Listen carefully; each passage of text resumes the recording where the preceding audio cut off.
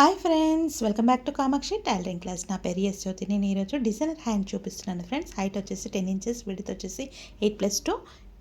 నేను డిజైన్ కోసం 4 inches cloth తీసుకున్నాను ఫ్రెండ్స్. స్క్వేర్ లాగా తీసుకోవాలి. 4 ఇంచెస్ ఈ విధంగా ఫోల్డ్ చేయాలి. ట్రయాంగిల్ షేప్లో 2 టైమ్స్ ఫోల్డ్ చేయాలి. ఫోల్డ్ చేసిన తర్వాత స్టిచ్ అనేది వేస్తూ రావాలి. ఈ విధంగా అన్నీ ఒకదాని తర్వాత ఒకటి సెట్ చేస్తూ స్టిచ్ అనేది వేస్తూ రావాలి. తర్వాత కట్ చేసుకోవాలి. నేను 2 ఇంచెస్ క్లాత్ తీసుకున్నాను ఫ్రెండ్స్, బ్లూ కలర్ది. ఈ విధంగా 2 టైమ్స్ ఫోల్డ్ చేయాలి. తర్వాత మధ్యలో కూడా ఒకసారి ఫోల్డ్ చేయాలి. ఆ మధ్య ప్లేస్లో కొద్దిగా స్టిచ్ వేసిన తర్వాత మధ్య ప్లేస్లో మనం ఇందాక స్టిచ్ చేసాం కదా ట్రయాంగిల్, దాన్ని మధ్యలో పెట్టేసి పైనుంచి ఈ విధంగా క్లాత్ని పెట్టేసి స్టిచ్ అనేది వేస్తూ రావాలి. అంటే మనకు కొనలు మొత్తం మధ్యలోకి వెళ్ళిపోతాయి. ఈ విధంగా కొద్ది ప్లేస్లో ఒక 1.5 ఇంచ్ గ్యాప్తో మళ్ళీ స్టిచ్ అనేది వేస్తూ రావాలి. ఈ విధంగా ఒకటి తర్వాత ఒకటి సెట్ చేస్తూ ఈ విధంగా డిజైన్ అనేది స్టిచ్ వేస్తూ రావాలి.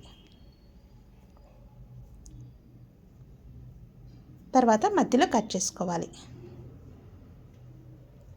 ఈ విధంగా కట్ చేయాలి ఫ్రెండ్స్. నేను 3 ఇంచెస్ వెడల్పుతోటి ఒక క్లాత్ అనేది పేపర్ తీసుకున్నాను friends, white paper.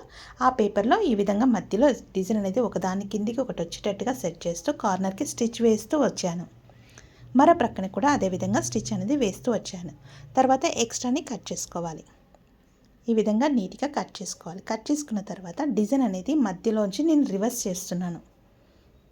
Correct మధ్యలోంచి reverse అనేది చేస్తూ రావాలి. ఈ విధంగా ఒకదాని కిందికి ఒకటి వచ్చేటట్టుగా సెట్ చేయాలి.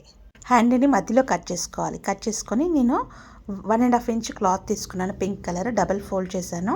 ఈ విధంగా స్టిచ్ వేస్తూ రావాలి. స్టిచ్ వేసిన తర్వాత ఒకసారి ర్యాప్ చేసుకోవాలి. తర్వాత జాయింట్ మధ్యలో పెట్టేసి ఫోల్డ్ చేసి సన్నగా పైపింగ్ అనేది నీట్గా వేయాలి.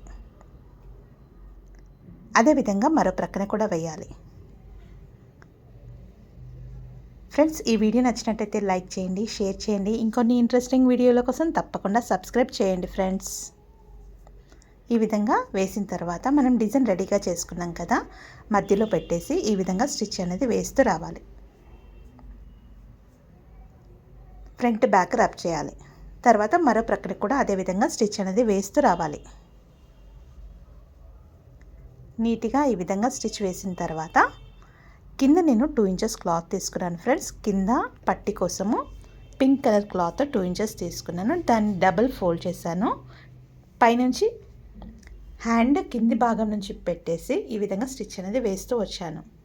తర్వాత ఈ విధంగా ర్యాప్ చేసి జాయింట్ అనేది మధ్యలో పెట్టేసి ఈ విధంగా ఫోల్డ్ చేయాలి. కింది నుంచి క్లాత్ పైకి ఫోల్డ్ చేయాలి. ఈ విధంగా నీట్గా ఫోల్డ్ చేయాలి. ఫ్రెండ్స్, ఈ వీడియో నచ్చినట్టయితే తప్పకుండా లైక్ చేయండి ఫ్రెండ్స్. తప్పకుండా ఎలా ఉందో కామెంట్ సెక్షన్లో కామెంట్ చేయండి. తర్వాత వెనక పేపర్ మనం స్టిక్ చేసాం కదా, ఆ పేపర్ని తీసేయాలి. తర్వాత ఫైనల్ లుక్ ఈ విధంగా ఉంటుంది. Thank you friends. Thank you for watching.